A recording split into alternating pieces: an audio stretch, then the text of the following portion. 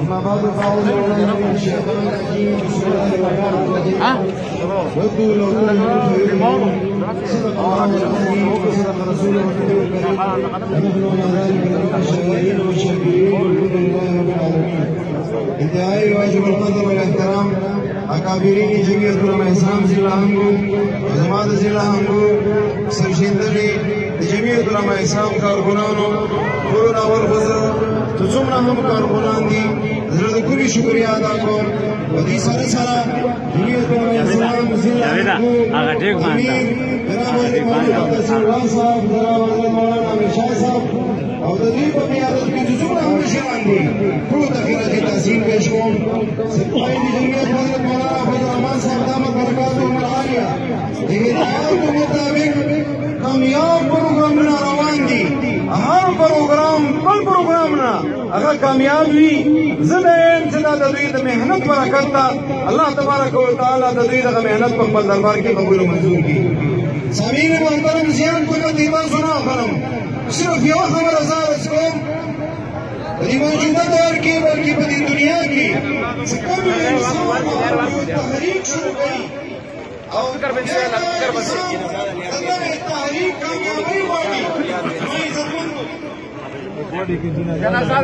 تمرګو ته درخواست امریت صاحب لوی درسن تحریک طریقې سره نار دیږي دا یو کول په جوړ لګي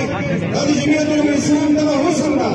سلامي جنازو لپاره همدارنګه مریض لپاره دیو چې کوم کول پرځوي همدار سره تبارک وتعالى د امید دوی سفر کو خوشالي کی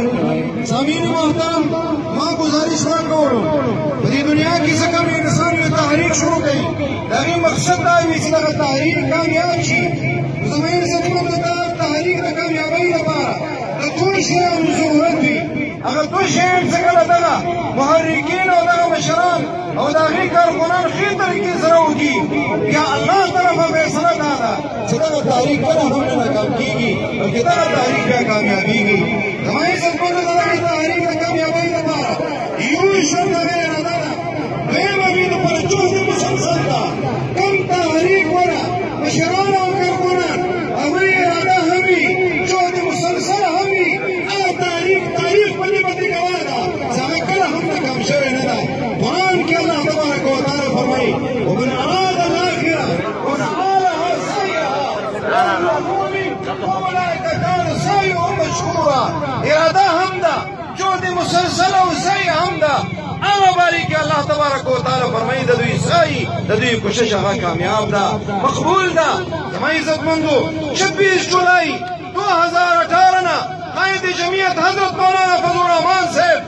هغه دغه تحریک اراده کړی ده او هغه وخت نه واخله تر 27 اکتوبر پورې همدارنګه 31 اکتوبر پورې دغه تحریک روان هغه نه بعد بیا دغه تحریک ازادي مارش هغه صورت اختیار کړو زما عزتمندو اراده هم شوله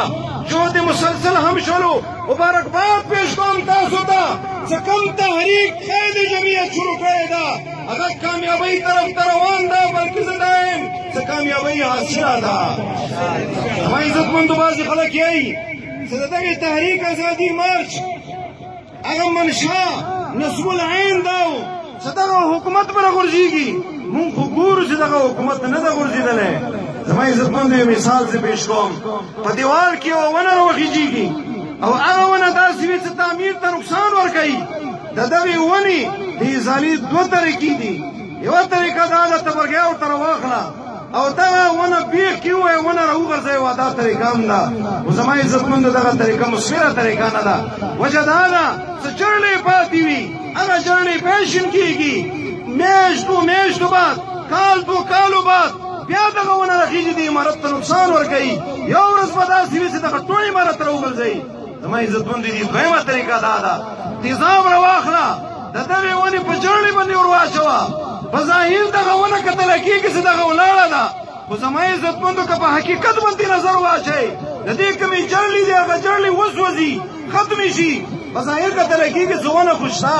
خو لیکن ورځ دو بعد میاشتې دو میاشتو بعد زما عزتمندو دونه هم راوغورځېږي او داسې طریقې سره وغورځېږي چې د دې کومې چړلې وي چړلې هم ختمې وي تر قیامته پورې په دې دیوال کې بیا هغه ونه نه راغورځي نه رخېږي زما عزتمندو ازادي مارچ د دغې حکومت په چړلو باندې تیزاب اچولي دي زما عزتمندو کم مظلوم عوام دي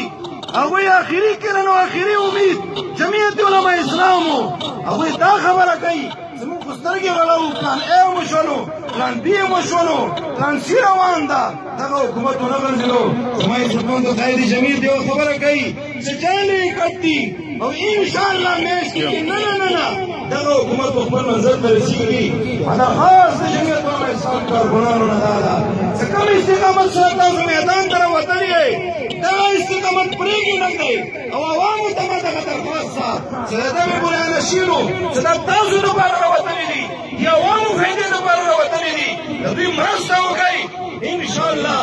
پوره ملک ته پوره عوامو ته به انشاءالله راحت رسېږي زه په اخر کې یو ځلې بیا ټولو کارکونانو شکریه هم ادا کوم او دعا کوم چې الله تبارک وتعالی دغه کومه اجتماع ده په خپل دربار کې قبول او منظور وګرځوي او اخر کې ګزارش ولم کوم بیا چې یو خبره وکړله کلچر ناین حوالې سره زما عزتمندو ضلع همدو